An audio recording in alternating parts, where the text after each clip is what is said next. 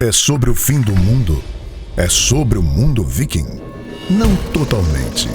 São conflitos, decisões, tragédias e resultados que têm habitado o nosso mundo penal e processo penal.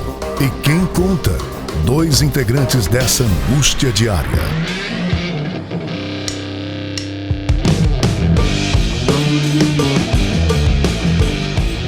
Olá, você assiste e escuta agora o podcast Processo Penal Ragnarok, seu podcast do fim dos tempos.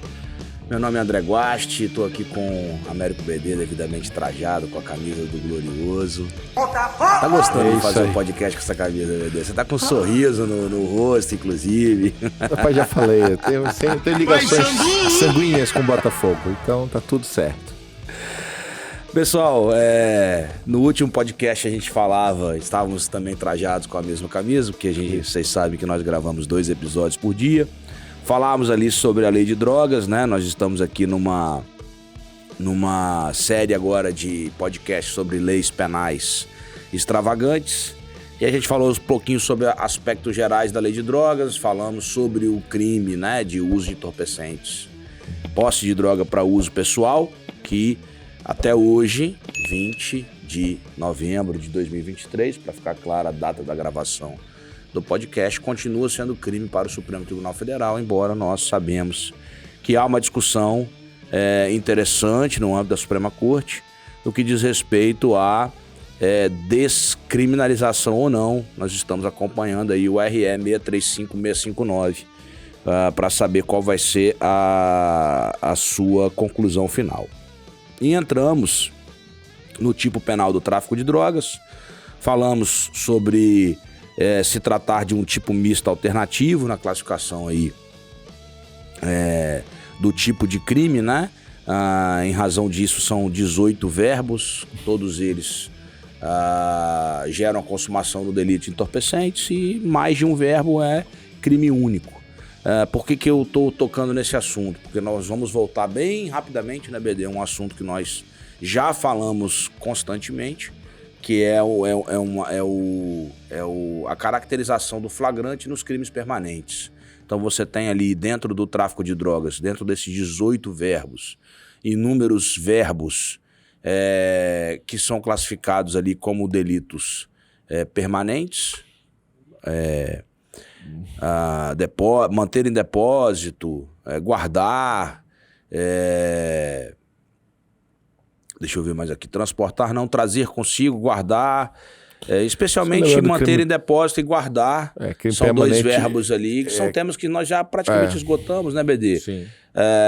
A gente sempre vai, assim, para ficar bem resumido, o que nós temos, primeiro, hoje em dia, a existência do flagrante por si só não ilide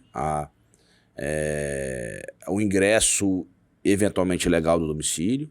Então a jurisprudência do Supremo Tribunal alterou, né?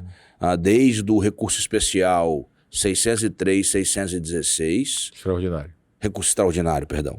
606, 616. O ingresso em domicílio ele precisa de fundadas razões ou fundada suspeita. Então é acima desse requisito que a gente vem se batendo para poder identificar, né, se é possível o ingresso em domicílio ou não. O STJ tem um julgado, um 1163, afetado sob a sistemática do recurso repetitivo, né? Que ainda não tem solução, que é justamente para saber se ao avistar a polícia, o cidadão corre para dentro de casa, se aquilo legitima o ingresso em domicílio ou não. Além disso, a discussão sobre a denúncia anônima, nós estamos aguardando aí o STJ decidir em recurso repetitivo e, bem ou mal, ele vem decidindo inúmeras situações concretas, ora decidindo pela ilegalidade do ingresso em domicílio, portanto, anulando as provas, aplicando até mesmo a teoria dos frutos da árvore envenenada, né? Ou seja, se o ingresso é ilegal, o que foi localizado a partir do ingresso em domicílio também seria considerado ilegal. E ora, entendendo como lícito. Falamos também que o Supremo Tribunal Federal vem reformando algumas decisões do STJ, entendendo que esse requisito de fundada suspeita, tanto para ingresso em domicílio quanto para busca pessoal e veicular, ele não pode ser também uma exigência absurda, né? Uma exigência desproporcional. Então o Supremo tem um entendimento um pouco diferente do que o STJ vem decidindo no que diz respeito à conceituação de fundada suspeita, que por si só é uma expressão já meio vaga, né, BD? Na verdade, esse é o ponto. Essa virada jurisprudencial que antes se entendia que encontrou a droga, tá tudo certo, o flagrante era autorizador, para a definição atual de que eu preciso ter elementos objetivos, não basta feeling, não basta experiência profissional do policial, e nesses elementos objetivos, quais que são válidos e quais os que não são válidos para ingresso sem ordem judicial. Porque para o STJ, há uma sinalização de copiar o modelo alemão de que, além dos requisitos, tem a urgência, que não posso esperar pedir o mandado. E o Supremo está dizendo, olha, isso você está exigindo além da Constituição. A Constituição não fala em urgência. A Constituição fala se tiver flagrante. Então, a gente tem que olhar cada caso concreto mesmo, e às vezes é difícil essa densificação desse conceito vago do que é a causa provável para ingresso em domicílio. Então, por exemplo, e com todo respeito ao STJ, a questão de animais, cão farejador. Cara, porque um dos argumentos muito importantes utilizados, de fato, é a questão da abordagem com viés racista, com viés discriminatório. Mas cão farejador não tem isso, gente. E o cão farejador, o STJ não está aceitando, né? A prova encontrada, você não é um motivo legítimo, e o cão fareja e encontra a droga porque ele está treinado para isso. Então, o Supremo vem reformando algumas decisões, mas ainda também não há um norte preciso, né, daquilo que, de fato, as cortes superiores vão definir, justamente por essa complexidade de você ter vários casos peculiares. E aí o que importa é essa fixação dos parâmetros objetivos para que a própria polícia possa atuar a partir desses parâmetros objetivos, né? Eu estava tentando achar aqui um julgado recente. Eu li no Instagram que eu sigo sobre dicas de direito penal, processual penal. Sim. Acabei não encontrando aqui. Mas é justamente essa discussão que nós sempre temos, né?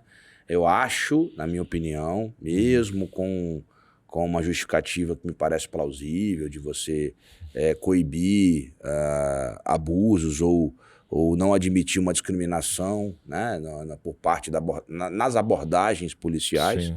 Eu tenho entendido, o BD concorda comigo na maioria das vezes, né, BD, que o STJ Sim. tem perdido um pouco a mão, exagerado um pouco nessa restrição para o ingresso em domicílio e nesse conceito de fundada suspeita.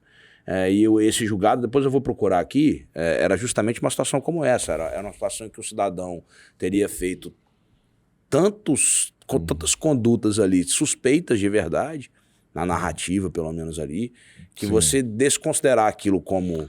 Ainda mais em conjunto, né? Era uma situação assim... Nós citamos um caso uma vez que o cidadão quebrou o celular e foi considerado como conduta não caracterizadora da fundada suspeita. Sim. O cara está destruindo que era prova. Motivo para preventivo. Era até, motivo né? até para prisão. Nesse caso que eu li não, hoje, vou procurar aqui. O cidadão estava com 10 quilos de uma determinada droga. A gente tem que ter cuidado, né? Por exemplo, teve acessar o celular em flagrante pode? Não pode. Mas ler o que está na mensagem aparecendo, você está com o celular, você está lendo, você não pode ler. Não, aí, claro que você não pode obrigar a dar a senha, claro que você não pode, mas o que aparece na tela, se você consegue comprovar... Para a decisão também, né? Também, porque foi... Então, assim, cadê? Depois eu vou procurar aqui. Ter. Mas enfim, a gente já falou muito sobre isso. A gente tentou sistematizar de um jeito que ficasse mais tranquilo do ouvinte compreender quando que é possível, quando não é possível o ingresso no domicílio. E ainda a gente tem uma dificuldade com isso, porque me parece que o STJ, na mesma turma, tem casos idênticos e que ele decide... Sim. Ora pela ilegalidade, ora pela legalidade. Isso vem gerando uma insegurança muito grande para quem atua na jurisdição criminal, para quem atua na persecução penal, por exemplo, os agentes de segurança, que ora... eles têm muita dúvida, né, com diz respeito a esse ingresso em domicílio.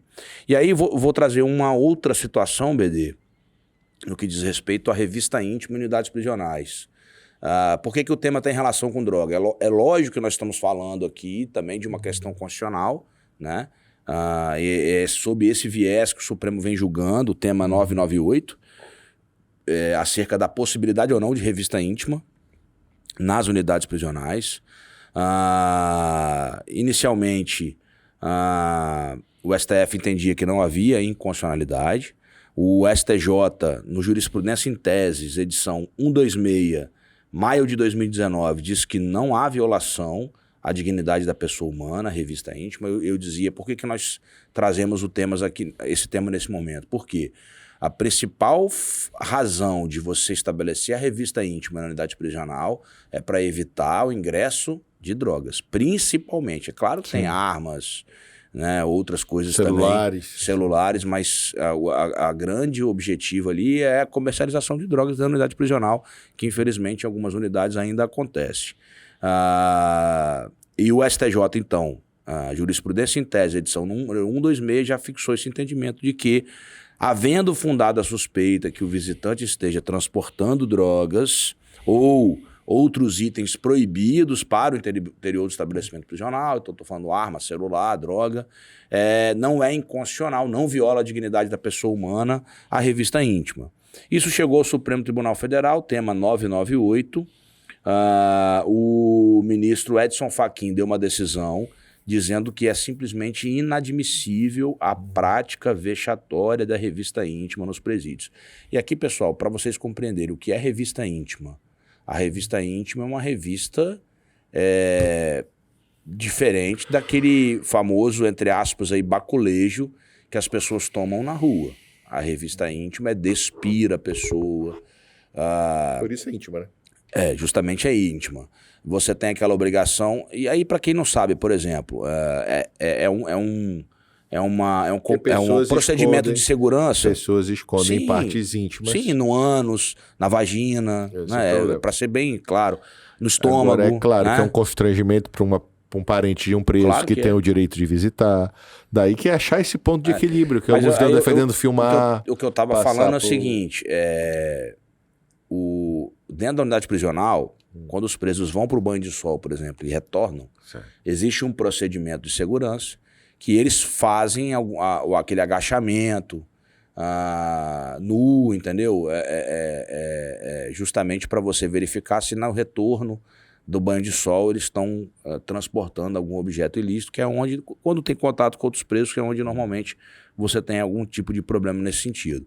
O que o ministro Edson Fachin entendeu é que submeter o parente, a esposa, o companheiro, o marido, o filho, filha, mãe, a essa revista íntima, para o ministro Edson Fachin é inadmissível, é inconstitucional, é absolutamente proibido. Ele não traz nenhum tipo de exceção, ok?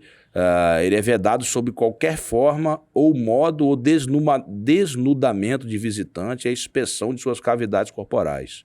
A prova é ilícita e não há escusa à ausência de equipamentos eletrônicos ou radioscópicos. Esse é o argumento. Qual é o argumento? Você consegue proteger a integridade e evitar que drogas, armas cheguem no presídio com um equipamento adequado que coloque a pessoa nessa condição sem precisar de despila visualmente. Então, se isto é possível, o Estado que arque com o dinheiro para realizar tal situação e não se viole direitos fundamentais sob o pretexto de não ter outro modo. Existe outro modo, sim. Como existe outro modo, você tem que investir nessa área de segurança para que possa ser feito dessa forma, que esses detectores conseguem identificar se a pessoa tem drogas em cavidades sem precisar... Sim, eu já acompanhei, não a revista em si, mas fotos, assim, você consegue identificar, por exemplo, na cavidade vaginal fechada, mais aberta, quando você tem um objeto, né, dentro do corpo de uma pessoa. Mas o que me cabe aqui é trazer informação no que diz respeito à decisão do Supremo. O ministro Edson Fachin trouxe esse voto e o ministro Alexandre de Moraes trouxe um voto divergente, né? E, portanto, esse julgamento está até suspenso, foi afetado ao plenário físico. Dizendo o seguinte: olha, existe uma excepcionalidade Não dá para vedar absolutamente. Eu achei o voto do ministro Alexandre de Moraes até bem razoável. Sim. Ele fala devidamente motivada, dependendo da concordância do visitante, da forma de protocolos pré-estabelecidos e por pessoas do mesmo gênero, médico, Sim. se for invasivo, etc. O excesso ou abuso deve ser punido. E se não há concordância com a revista íntima, pode impedir a visitação daquela pessoa, a realização da visita, né? Então, eu falo o que... eu sou juiz de execução penal, né? Eu já falei isso mais de uma vez aqui. Nos presídios em que estão sob minha responsabilidade correcional, digamos assim, tem o equipamento, que é o body scan, que nós chamamos, né? O que eu oriento, assim, eu tenho muito conversado isso com os diretores de unidade prisional, para que o procedimento seja um procedimento padrão, e eles têm um procedimento da Secretaria de Justiça, mas eu converso muito com eles justamente isso. Olha, passa pelo body scan, se verificar alguma anormalidade, impede a visita. Eles nem têm feito a revista íntima, embora ainda não tenha uma decisão proibindo absolutamente. Mas a decisão do ministro Alexandre de Moraes, ela me parece razoável do ponto de vista de que você não obriga a revista íntima, você simplesmente assim, não veda absolutamente. Então, se passou pelo body scan, se verificou que tem... É mais ou menos o procedimento do aeroporto. Sim. Né? Como é que acontece no aeroporto? Se a pessoa tem droga, inclusive engolindo no estômago, então ele vai verificar aquilo no raio-x ou num equipamento específico para isso, e você não vai abrir a pessoa involuntariamente, né? Simplesmente você tem aqueles protocolos para serem seguidos. Eu acho que nesse ponto aqui eu tendo a concordar com a decisão do ministro Alexandre de Moraes. Aí eu trago uma informação: o Conselho Nacional de Política Criminal e Previdenciário, o CNPCP, depois dessa decisão do ministro Edson Fachin, da decisão do ministro Alexandre de Moraes, e o julgamento foi suspenso, eles fizeram uma resolução 28, fixando ali parâmetros para a realização da revista pessoal estabelecimento prisional, e vedando práticas vexatórias, né? Embora seja o que o ministro Edson Fachin compreendeu é que qualquer toque, a revista em si era vexatória. Então violava a dignidade da pessoa humana. Mas existe hoje essa questão de informação que me achei interessante de trazer, que tem a ver com a droga, porque, né, bem ou mal é o que mais se visa, é celular e droga, né? Para ingressar dentro da unidade prisional, que são esses produtos, são essas coisas que valem dinheiro lá dentro, né? Valem moeda de troca, valem esse tipo de coisa. Então fica aqui a informação, temos que acompanhar esse tema também. Dando prosseguimento, pena do tráfico de drogas. Eu ia só lembrar, mas não é nem droga, mas é porque eu lembrei que semana passada isso causou uma grande comoção aqui no Brasil, da chamada Deep Nude agora, né? Que é um tema interessante, né? Que é...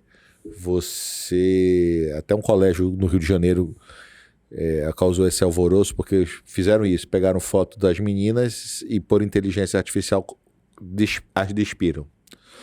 E só lembrar que o 216A do Brasil já prevê proteção e tipificação para montagens. Então nós já temos um tipo penal que inclui, no caso de menor e adolescente, tem no próprio Estatuto da Criança e do Adolescente também. Aí vai para o 241, uma das alíneas lá, a tipificação da Deep Nude. Mas eu falo que foi um colégio com várias meninas, né? Exato. Eles fizeram um absurdo. Exato. Né?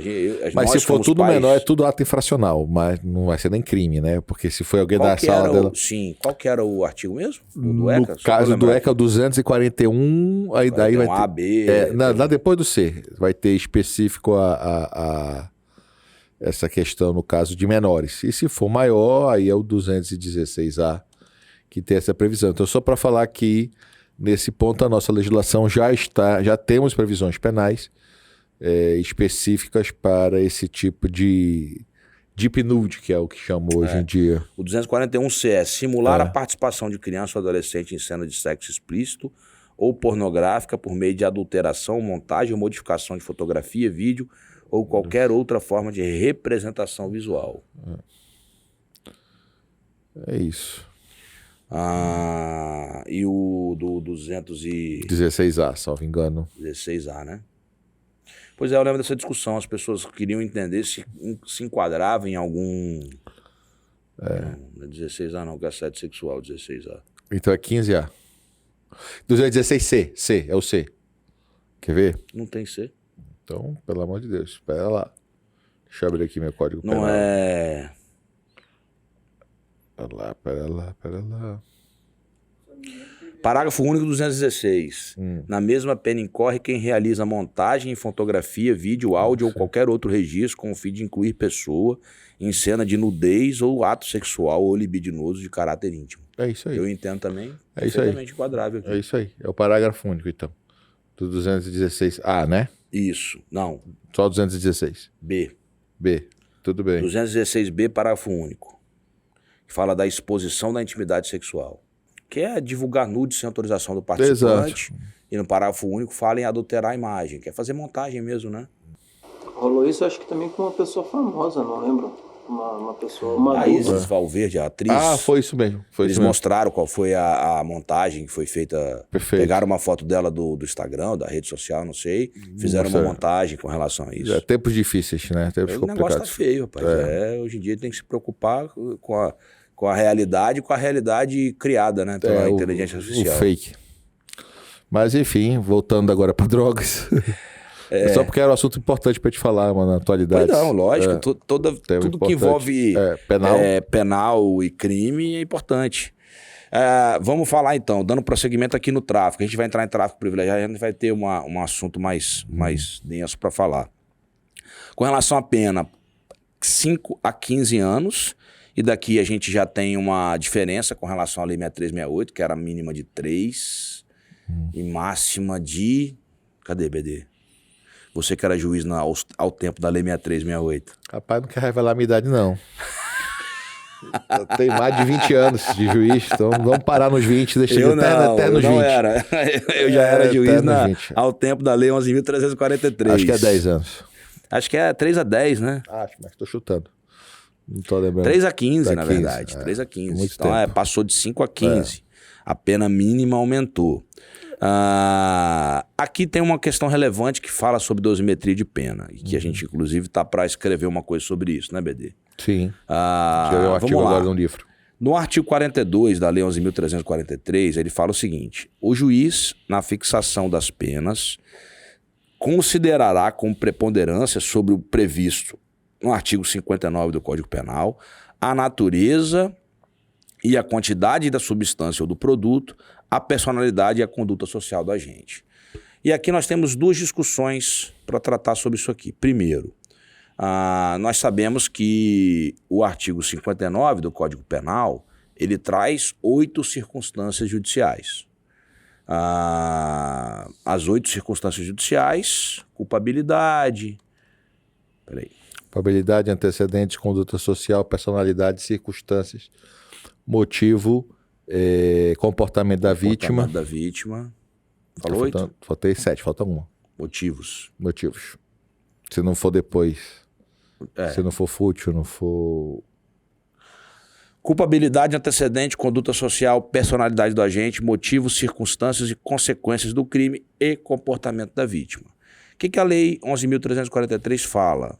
Mais uma vez, que será analisado com preponderância, ao previsto no artigo 59, natureza e quantidade da substância ou do produto, personalidade e conduta social do agente.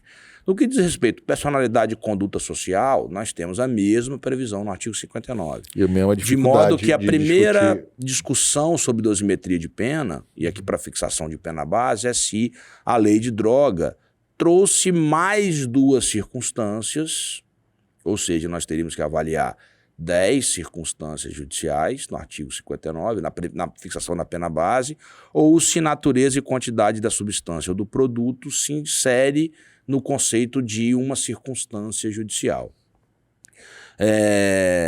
Tem 2 correntes, como o BD gosta de sempre ressaltar, 2, 3, 4, 5 correntes. Nesse caso, o que prevalece é que natureza e quantidade do entorpecente, ele é analisado na circunstância do artigo 59. Culpabilidade, antecedente, conduta social, personalidade, motivo, circunstância, comportamento da vítima. Ou seja, na penúltima circunstância judicial, que é circunstância do crime, entende-se que estaria inserido a natureza do entorpecente. Então, qual é o tipo do entorpecente? Maconha, crack, cocaína, droga sintética, lança-perfume, enfim, a natureza, o tipo do entorpecente e a quantidade do entorpecente. Além disso, a circunstância que para a lei de drogas é a natureza e quantidade do entorpecente, mas a personalidade do agente e a conduta social, elas são avaliadas de forma preponderante. Ou seja, na fixação da pena base, se você avaliar negativamente essas 3 circunstâncias judiciais, conduta social e personalidade do agente, e mais a circunstância que se subdivide em natureza do entorpecente e quantidade do entorpecente, você tem que ter uma valoração superior ao que você avaliaria, por exemplo, na culpabilidade, nos antecedentes criminais, nos motivos do crime, no comportamento da vítima. Nesse caso não vai ter, porque a vítima é o Estado, então não teríamos aí uma vítima específica, mas enfim, ela preponderaria para a análise das outras circunstâncias. Ok, só lembrando que no 59 você não pode chegar na pena máxima. O sistema é trifásico, então é uma fase, a jurisprudência de um modo geral vai colocando que você, se tiver tudo ruim, você pode ir até a metade da pena, digamos assim. Mas o NUT defende que você pode chegar ao máximo. O NUT é um autor que defende que na primeira fase você já poderia fazer isso.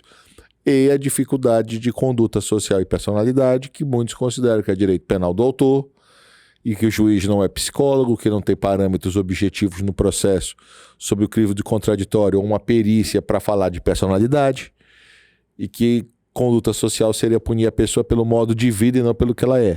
Então, que você teria toda essa complexidade para analisar estas circunstâncias do artigo... Isso é tão complexo que o STJ fala, por exemplo, tem um entendimento já mais do que sedimentado de que múltiplas reincidências podem ser avaliados, além da reincidência e dos antecedentes criminais, podem ser avaliados na conduta social e na personalidade.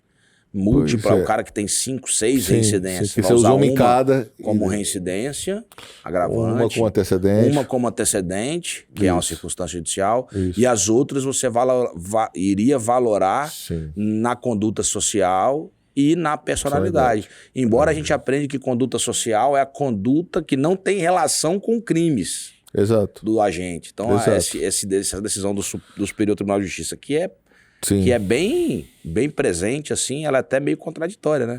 Porque a conduta social, nós aprendemos que conduta social é basicamente... E personalidade, que tem uma dificuldade até maior, porque as pessoas costumam dizer na dosimetria, personalidade voltada para a prática de crimes. Mas com base em quê? Né? Você não é psicólogo para avaliar isso? É um pouco mais difícil mesmo de você avaliar. Mas, enfim, o que eu posso falar para vocês é que, primeiro, a previsão de natureza e quantidade da droga, lá no artigo 42, se eu não me engano, a lei de entorpecentes, ela não traz 2 novas circunstâncias para a fixação da pena base. Então, a primeira observação, para que o ouvinte, né, o telespectador fique ciente disso. E essas 2 circunstâncias, elas são analisadas dentro de circunstâncias do crime. O que significa isso? Então, se o cidadão, por exemplo, quando eu faço avaliação nesse sentido, se o cidadão foi preso com uma quantidade significativa de droga, então bota aí 100 quilos de pasta base de cocaína, na fixação da pena base eu vou fixar de uma forma mais elevada. Por quê? Porque além da natureza da droga, cocaína, né, ser uma droga com potencial de destruição maior do que outras, aí eu cito a maconha, por exemplo, um poder viciante maior do que essas outras drogas, nós temos como identificar isso. A quantidade da droga também é significativa. Então eu vou avaliar, eventualmente, a culpabilidade dele de forma negativa, eu vou gerar uma valoração. A circunstância do crime, em razão desses 2 elementos, eu preciso valorar de uma forma mais rigorosa. É basicamente essa a intenção do legislador. Perfeito. Ok? E tu só não pode fazer bis in idem.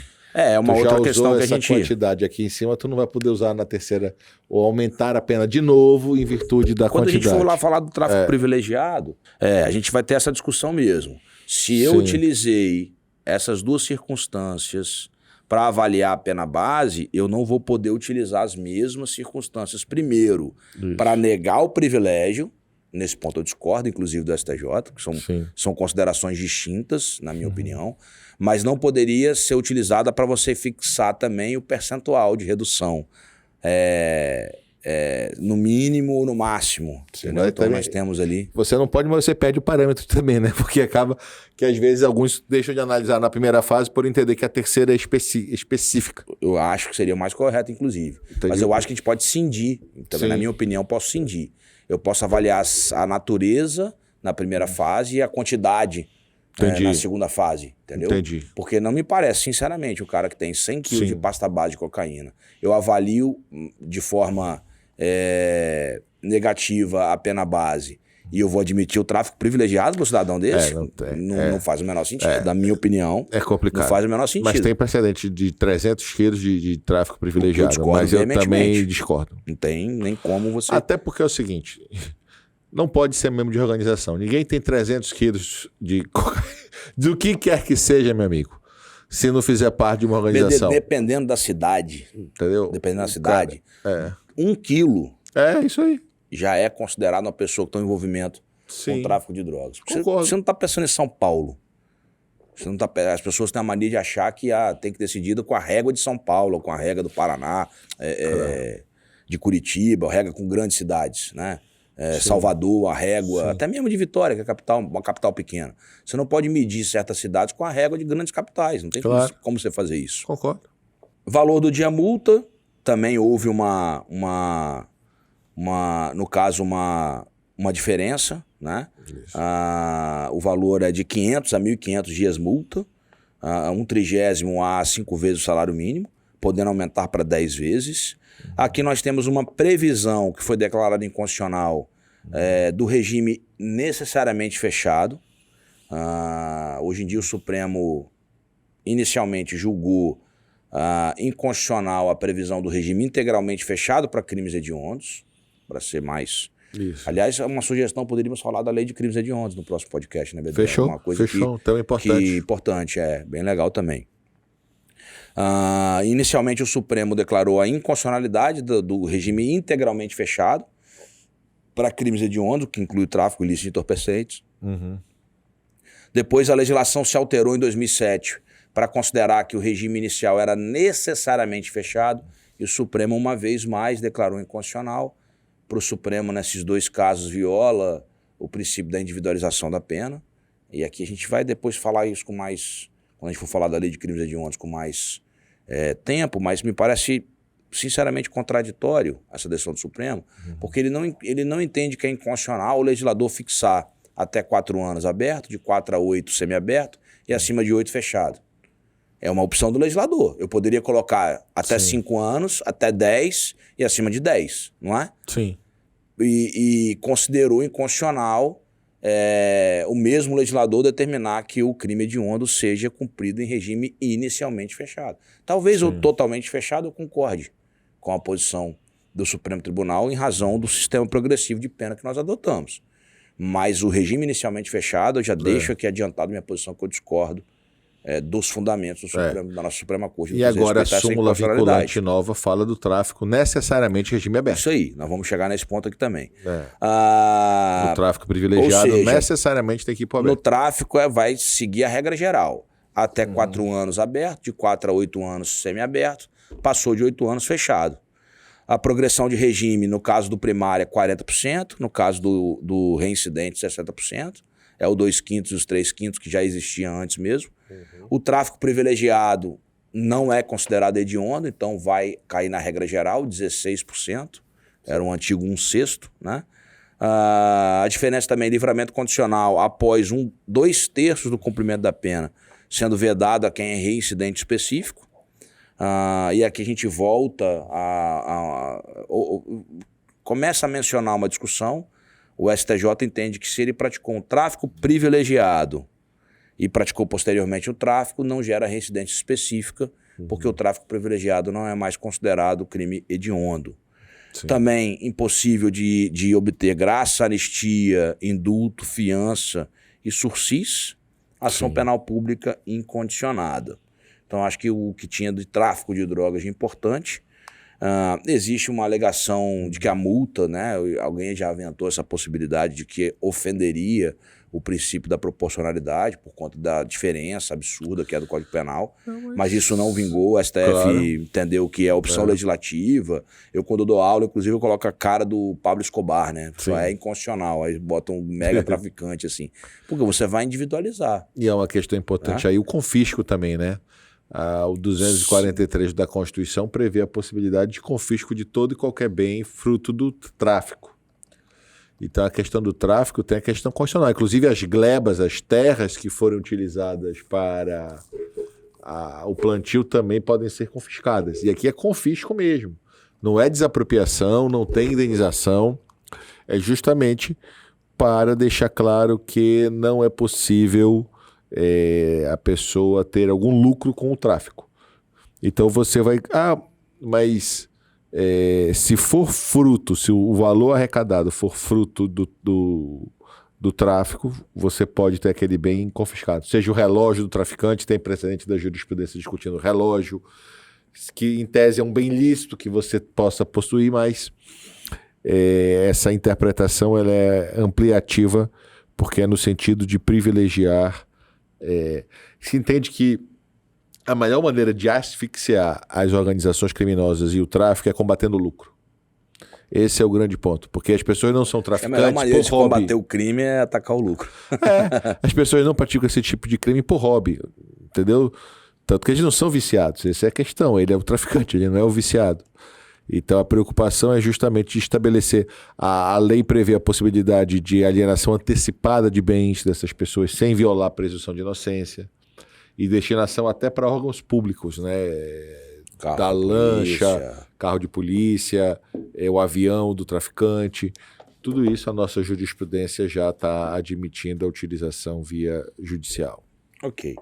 Para a gente ir do meio para o final agora. Tráfico privilegiado, que aqui tem algumas discussões também interessantes. Lá...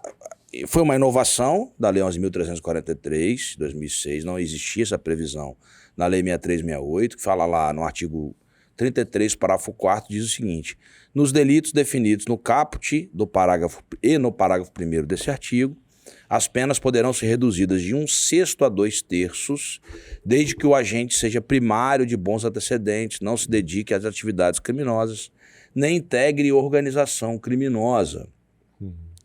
É uma causa de diminuição de pena. Então, perfeito. Aqui a gente começa a ter uma certa, digamos assim, tecnicamente, uma certa contradição do Supremo Tribunal Federal, que considerou o tráfico privilegiado como crime não hediondo. Por quê? Porque ele é tráfico. Ele não deixa de ser tráfico. Incide, nesse caso, uma causa de diminuição de pena. Então, o principal argumento para não considerar o tráfico privilegiado como... não sendo crime hediondo, ou permanecer como crime hediondo, era justamente que ele não deixa de ser hediondo por conta da incidência, não deixa de ser tráfico por conta da incidência de uma causa de diminuição de pena. É a mesma coisa do homicídio tentado, é uma causa de diminuição de pena. O homicídio qualificado tentado é uma causa de diminuição de pena, então ele não deixa de ser crime hediondo se ele for qualificado em razão dele ter sido tentado. Então aqui é uma questão de política criminal. A decisão do Supremo foi no sentido de que esse delito, que não é um delito, as pessoas parecem tratar como um delito diferenciado, né? Perfeito. Chama inclusive de tráfico privilegiado, né? Sim.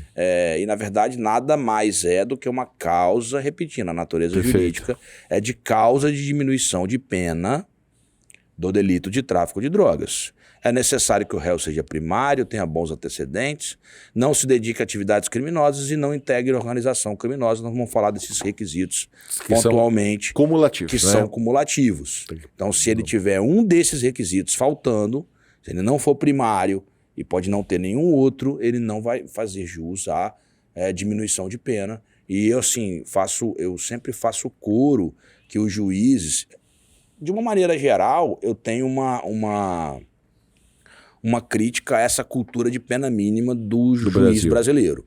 E vou falar do juiz brasileiro mesmo. Claro. Não estou dizendo que são todos que têm essa cultura, mas eu tenho uma crítica à cultura da pena mínima, né? Me parece assim exagerado, não sei se você concorda comigo, BD. Eu acho que dosimetria de pena é um momento que você vai efetivamente dar concretude ao princípio da isonomia de pena, do princípio da isonomia e da individualização da pena. Então, assim, você não pode aplicar a pena mínima indistintamente, assim como não pode aplicar penas elevadas indistintamente em condutas que são naturalmente distintas, né? Não tem como você, por exemplo, aplicar a pena mínima com um cidadão que foi preso com 100 gramas de maconha, a pena mínima para o cara que foi preso com 500, com 1 quilo, com 2 quilos, com 10 quilos. São condutas diferentes. Sim. São periculosidades diferentes, né? Isso é uma crítica que eu faço nesse sentido, assim. Embora a dosimetria de pena no Brasil é bem complexa. Esse é um tema que eu acho muito importante. Eu até tenho um livro coordenado com o Gabriel Queiroz sobre dosimetria de pena, tem um artigo teu, Guache, saiu pela Juspódio, que justamente mostra isso. Nós naturalizamos a legalidade no sentido de que ninguém pode ser preso se não tiver uma lei que defenda crime, previamente, mas na parte da execução, qual é a pena justa, qual é a pena adequada? Nenhum concurso de juiz no gabarito diz qual é a pena adequada. Você tem uma margem muito grande de escolha e aí acaba que o ideal era a gente dar ao juiz mais parâmetros objetivos na hora de fixar isso, mas com mais critérios, né? Eu também concordo. Antigamente alguns saíam da pena média, hoje a jurisprudência do Supremo é pacífica e tem que sair da pena mínima. Não concordo com a tese da pena média, não. Eu acho que tem que ser da mínima. Pronto, mas eu falo da cultura da pena mínima. Sim. Fala assim, não precisa fundamentar quando você vai avaliar negativamente positivamente uma circunstância. Tá errado, cara. Claro. O dever de fundamentação judicial é para todos. A Constituição não faz essa exceção. Meio que diga assim, não tem prova de algo, por isso eu não estou valorando. Ok, mas você tem que se manifestar sobre. Então a preocupação é essa, realmente, é que a dosimetria, às vezes, os juízes não têm critérios. O próprio CNJ fez uma comissão, tá querendo rediscutir. Esse é um ponto muito importante.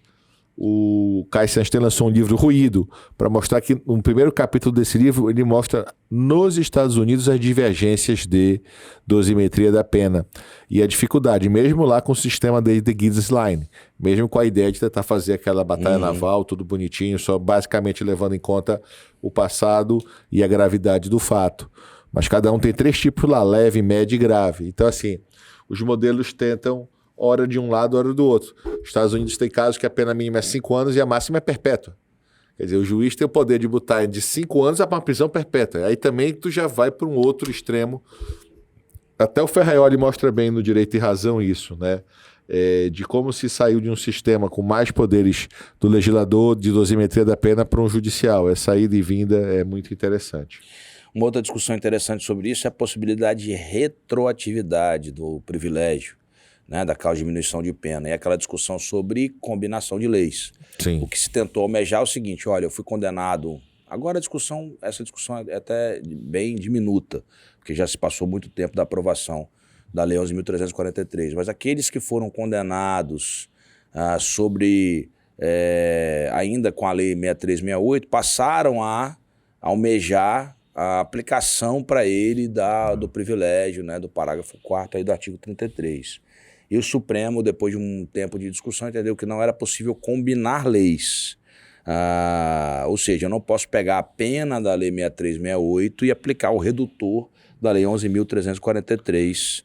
Porque tu não está aplicando nenhuma das duas, tu está criando uma terceira norma. Isso aí, está criando uma terceira norma. E a súmula 501 do Supremo vem dizer o seguinte, olha, se for aplicado na íntegra e for mais benéfico ao réu, é possível sim retroagir. Então o que se fazia? Você pegava e aplicava ao réu a pena da Lei 11.343 e a redução do parágrafo 4º. Se ficasse na situação melhor do que a condenação anterior, se aplicaria. Se não ficasse numa situação menor, não se aplicaria. Claro. De maneira que ou se aplica na íntegra ou não se aplica absolutamente nada. Que é a dificuldade interessante isso quando vai estudar sucessão de leis, né? Uma pena mínima é menor e a pena máxima é maior. E aí, qual das duas você vai ficar mais benéfica? Depende se ele está mais perto do mínimo ou mais perto do máximo. Dependendo da avaliação mas você tem que aplicar na integralidade. Você não pode picotar. A situação é sempre que tiver uma lei nova, mais benéfica de algum mais jeito. benéfica em algum ponto, você não pode pegar só a parte mais benéfica dela. É isso. Se a lei for alterada, você tem que pegar ela inteira ou aplica a lei anterior. Isso é a interpretação do Supremo Tribunal. E aí vamos numa análise aqui de cada requisito. Primeiro, primariedade, os dois. Primariedade e bons antecedentes. O que o legislador almejou com isso aqui é que a pessoa não pode ser o quê? Um traficante contumaz. Ele não pode se utilizar do tráfico como meio de vida. Ou seja, o redutor, a causa de diminuição de pena, o privilégio, o tráfico privilegiado, né, para usar a expressão que é usualmente utilizada, é para aquele traficante eventual e não traficante profissional. Sim. Não é primário aquele que tem uma prévia condenação com trânsito em julgado anterior, ponto. A questão é a definição do que é, de fato, reincidência e antecedente criminal. O reincidente é aquele que praticou um novo fato criminoso após o trânsito em julgado de uma condenação criminal. E aquele que tem antecedente criminal é aquele crime que não vai ser, que não vai poder ser considerado como reincidência. Ou seja, por exemplo, se ele cometeu um fato criminoso e já se passou 5 anos após o término do cumprimento da pena, ele não vai ser considerado reincidente, mas não vai ter bons antecedentes. É uma discussão, inclusive, até de você considerar perpetuamente o cidadão como tendo antecedentes criminais, e eu acho que é válido. Porque é uma restrição mínima. A corrente contrária fala que o período depurador da reincidência se apaga a reincidência, que é o mais, apaga o menos, que seria maus antecedentes, apagaria tudo.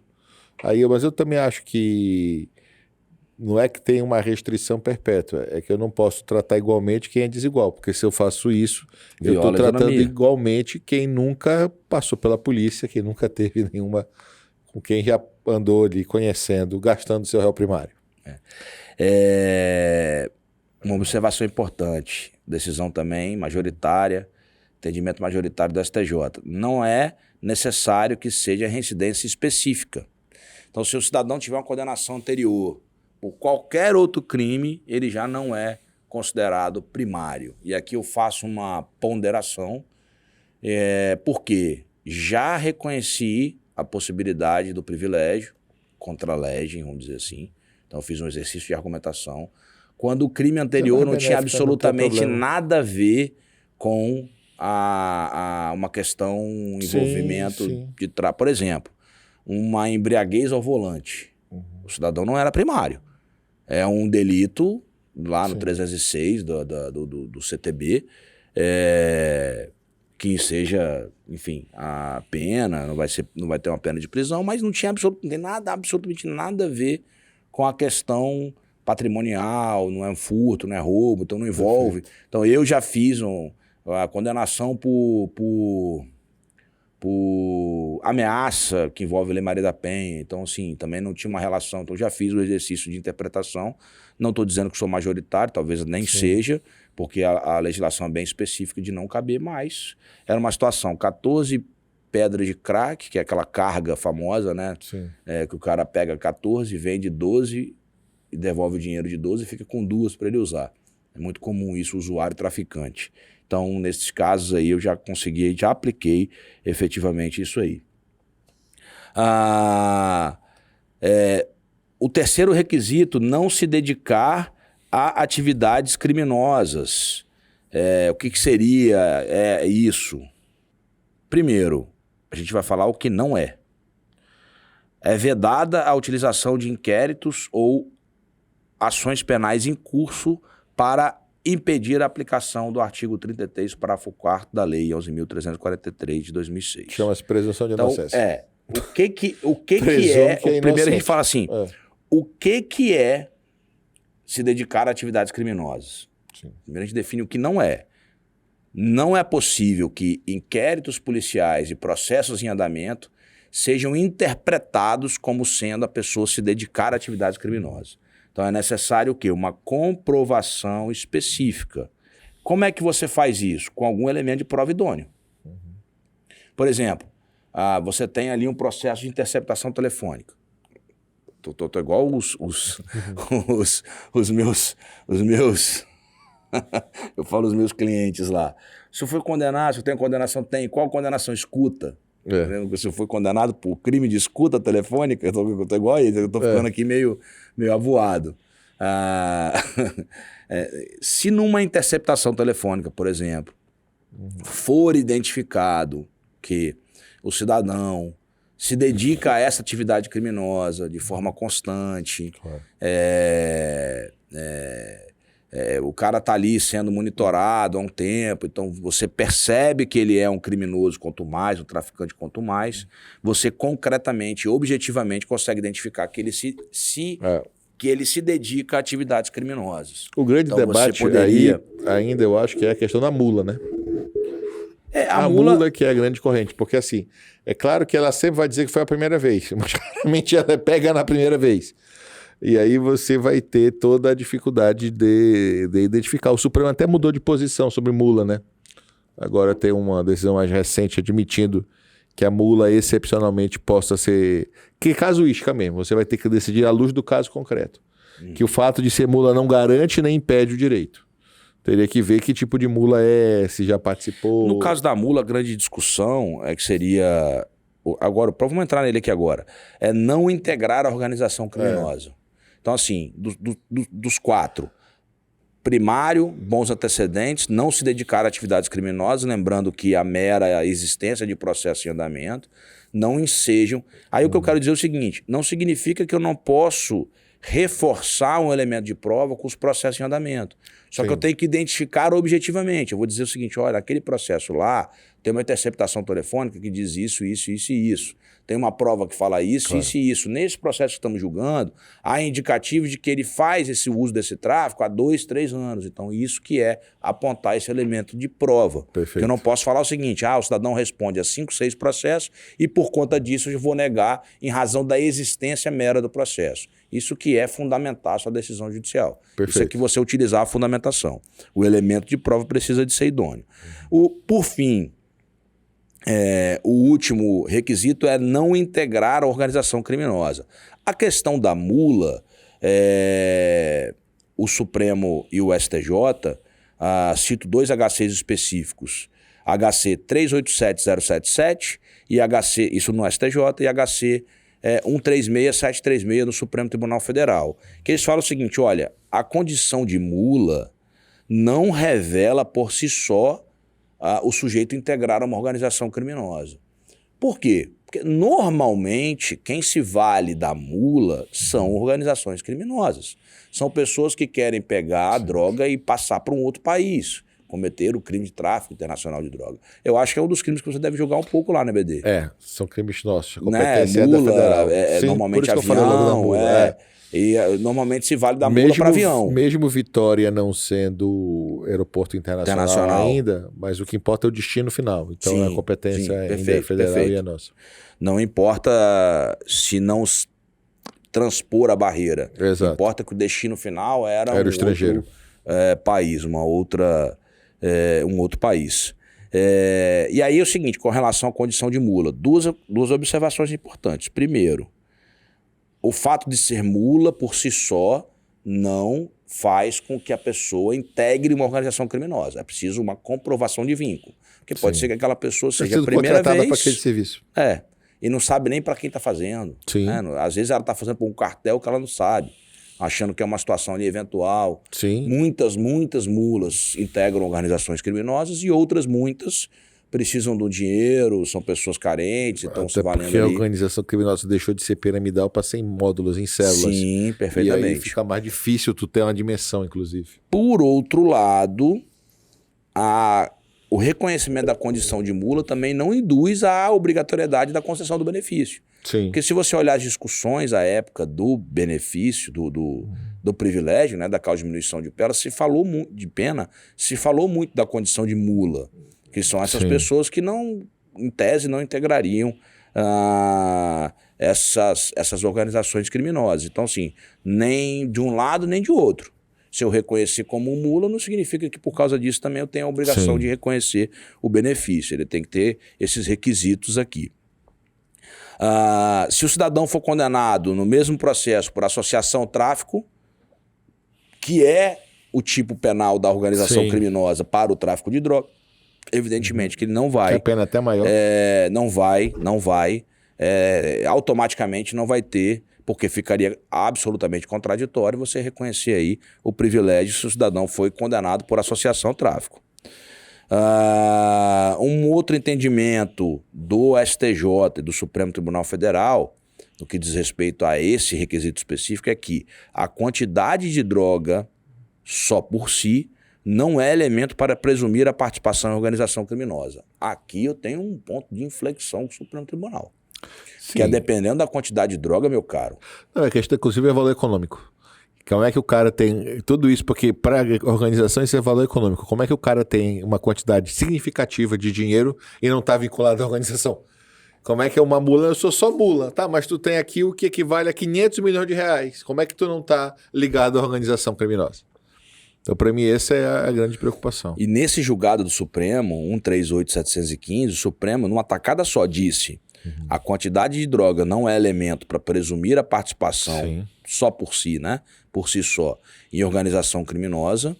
E a quantidade de droga não pode ser utilizada de forma automática para indeferir o privilégio. Sim. O Supremo deu uma orientação nesses dois sentidos aqui, no que diz respeito à quantidade de droga. Eu, particularmente, acho que um dos grandes elementos de você identificar o grande traficante, o pequeno traficante, é a quantidade de droga.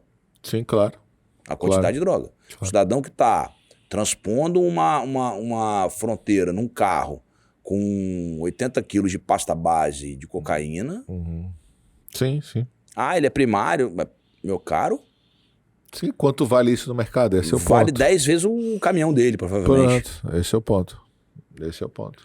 STJ também. Ele entende que se você fundamentar em outras circunstâncias concretas, além da quantidade ou natureza, não caracterizaria bis idem, que era uma questão que a gente estava discutindo antes. Olha, se lá na pena base eu disser que eu vou valorar negativamente a pena base, na circunstância judicial, em razão da natureza e quantidade da droga, lá eu não posso negar o privilégio da redutora, né, do tráfico privilegiado, em razão do mesmo fato, porque se caracterizaria aí bis idem. Perfeito. Tem uma outra discussão também no que diz respeito à variedade dos entorpecentes, que não tem previsão expressa na lei de drogas, porque fala quantidade e qualidade. Claro. E é possível existe alguma possibilidade, e já fiz isso também, de você Na qualidade. valorar, não, você valora negativamente em razão da variedade. O cara foi pego com crack, maconha e cocaína. Quer dizer, ele está, embora cometendo um crime único, eu aplico o mesmo entendimento que o cara que é preso com uma pistola, um revólver e uma espingarda. É crime único, não é? Sim. Mas nós não vamos valorar negativamente a culpabilidade dele ou a circunstância do delito. Por quê? Sim. Porque 3 armas têm um potencial lesivo maior do que uma. Claro. 3 tipos de droga também. É mais ou menos esse exercício de pensamento que eu faço. E eu consigo, enfim, não que eu fico buscando elemento para indeferir, mas eu acho que eu sinceramente acho que o privilégio é para o pequeno traficante. Até para não banalizar o privilégio. Perfeitamente. Eu tinha uma postura lá, quando eu era titular do Vara de Entorpecentes, que depois até os advogados, a Defensoria Pública passou a meio que... Mas pelo menos eu gostava, por quê? Porque era uma questão que para mim era coerente. Eu dizia o seguinte, olha, se for o primeiro crime seu com pequena quantidade de droga, eu vou conceder o privilégio.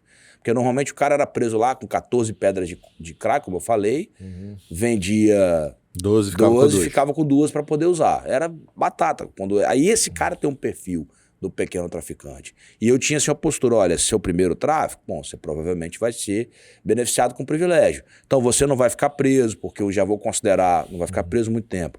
A aplicação do princípio da proporcionalidade, porque a sua pena vai ficar abaixo de 4 anos, então você não vai ter pena de prisão. Então eles tinham uma situação como essa. Mas em sendo o segundo crime, você já tem uma condenação anterior, meu cara. Então, você já andou passeando. Você já... mas tem 14 pedras agora, mas... Sim, eu concordo.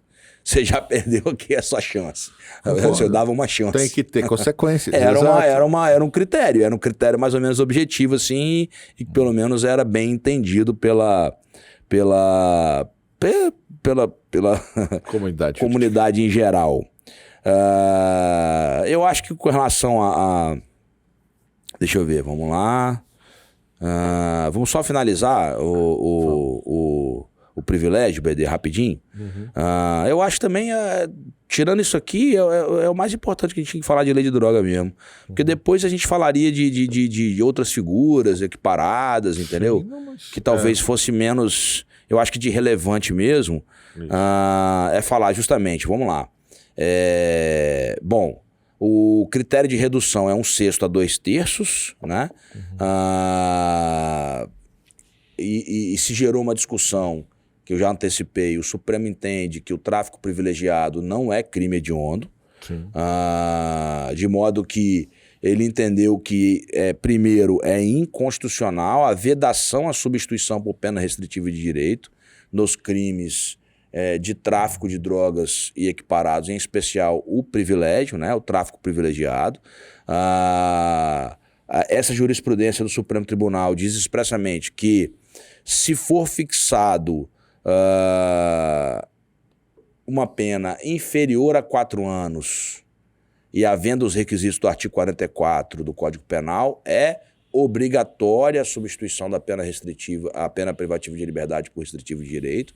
Evidentemente que desde que, né, estejam presentes os outros requisitos do artigo 44 do Código Penal, mas o que você não pode fazer é vedar a substituição por se considerar que o tráfico de drogas seria crime hediondo. Então estou falando nem de tráfico privilegiado, estou falando, né, na verdade tem que ser o privilegiado, porque não tem como ser menor de 4 anos se você, a pena mínima é 5 anos. E aqui eu faço uma observação, que o Senado Federal aprovou a resolução 05 de 2012 e excluiu a vedação da conversão da pena restritiva de direito. Então, nós temos a declaração de inconstitucionalidade do Supremo e a confirmação pelo Senado Federal. Havendo condenação na pena mínima, o Supremo também, no HC coletivo 596-603, entendeu que era necessária a fixação do regime aberto, e avaliada aí a possibilidade da substituição da pena privativa de liberdade por restritiva de direito. Eu acho que o que eu tinha mais é isso aqui. Sobre o BZI, DBD, quer falar mais alguma coisa? Não, eu falo assim, a gente depois pode aprofundar aqueles debates processuais de entrega vigiada, agente infiltrado, tem uma parte processual diferenciada talvez aqui na lei. Talvez quando a gente fosse falar da lei de crimes hediondos, a gente naturalmente vai falar sobre isso também, pode entendeu? ser. Porque fala-se muito da lei de drogas, perfeito, e a gente vai poder falar um pouco mais sobre isso. Perfeito.